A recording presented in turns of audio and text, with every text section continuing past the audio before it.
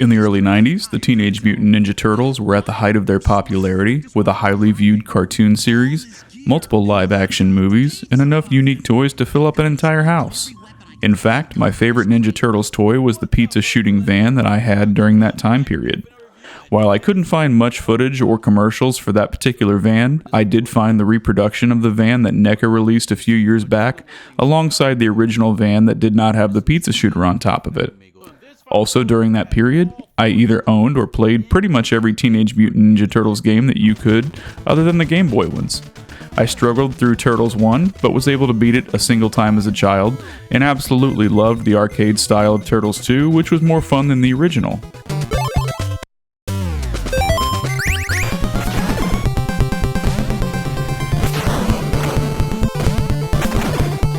I also played Turtles Tournament Fighters on Super Nintendo, along with the everlasting classic Turtles in Time. However, as I didn't grow up with a Sega Genesis, there's one game that eluded my grasp, and that game is Teenage Mutant Ninja Turtles: The Hyperstone Heist.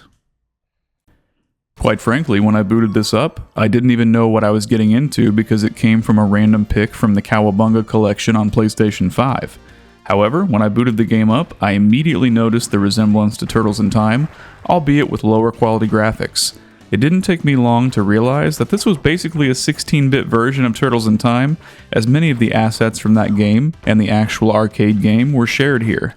Apparently, Konami really wanted to make sure that this franchise made it into the hands of every kid, regardless of what hardware they were fortunate enough to have. So I guess we'll get started with Let's Kick Shell? Let's kick shell! First, I'll talk about the graphics. The Sega Genesis games that I played were on the Sega channel, and if you remember or had the Sega channel, we could probably be good friends.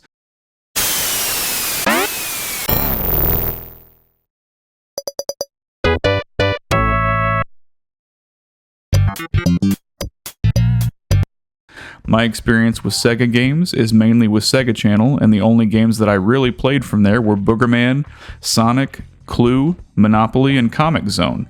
If you remember the Sega Channel, Boogerman, or Comic Zone, toss me some love in the comments below.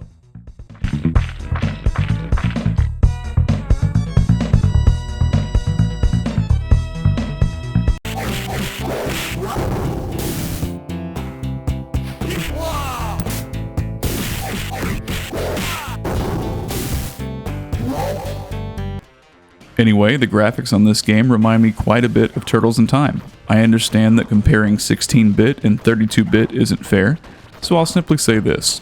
Had I migrated from Turtles 2, the arcade game, on NES, to the Hyperstone Heist on Genesis, I would have been pleased and probably even enamored at the time.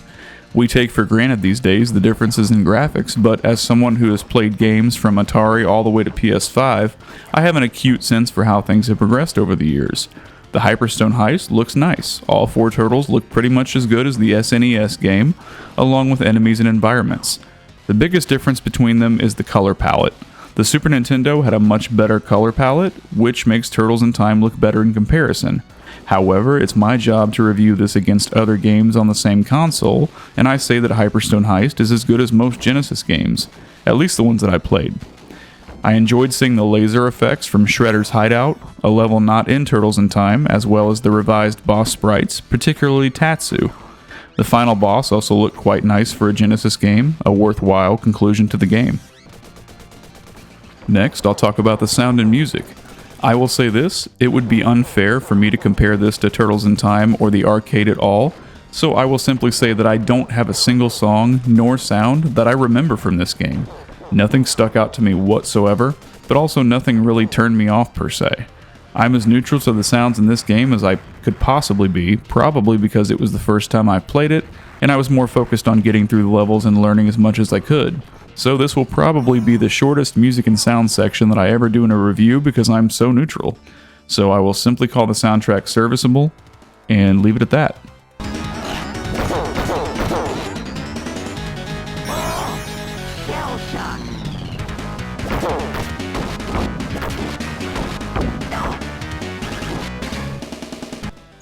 However, where I'm very not neutral is our next topic, which is the gameplay. First things first, it's my fault for not reading the online manual for the game. When I saw how similar it was to Turtles in Time, I literally got all the way to stage 4 without dashing. I didn't think you could dash and was actually quite frustrated that I couldn't dash with 2 taps of the right button or the left button. I didn't even know that triangle on my PS5 controller was dash. So I spent the first 2 levels just moving along slowly like I would in any other game, not being able to forward tap dash like in Turtles in Time or a Mega Man X game. I actually ran out of continues and started the game over because of how much Tatsu laid into me, not knowing that I could dash. Had I have known that, before fighting him, I probably would have gotten through the first time with Raphael, who, by the way, is my favorite turtle. For playthrough number 2, I learned about the dash and tried to use Donatello before realizing that his regular movement is slower than a 3-toed sloth. Then trying Leonardo, only to realize that his sword under the crotch final move of his combo was absolutely terrible. So I ended up with my boy Mike and played all the way through, dashing and finished the game no problem. Granted, I knew to look out for a random car that kills you in one hit in stage 1, which Raphael unfortunately fell victim to.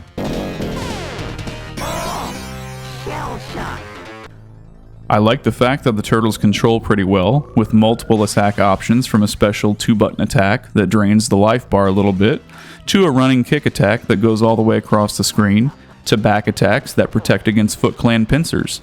I will say it's a little awkward to pull off the running kick, as I had to press triangle and square in a very quick method using my middle and pointer fingers. Now let's talk about some things I didn't like. First, the stages are way too long and drawn out. There's no need to fight 4 rounds of Foot Clan soldiers on the same screen without progressing forward. There's also no need to have 3 or 4 sections to a level, like being in the sewer and then going to the street and then back to the sewer to fight a boss. The levels are way too long, and the game would have been more enjoyable with shorter and more abundant levels.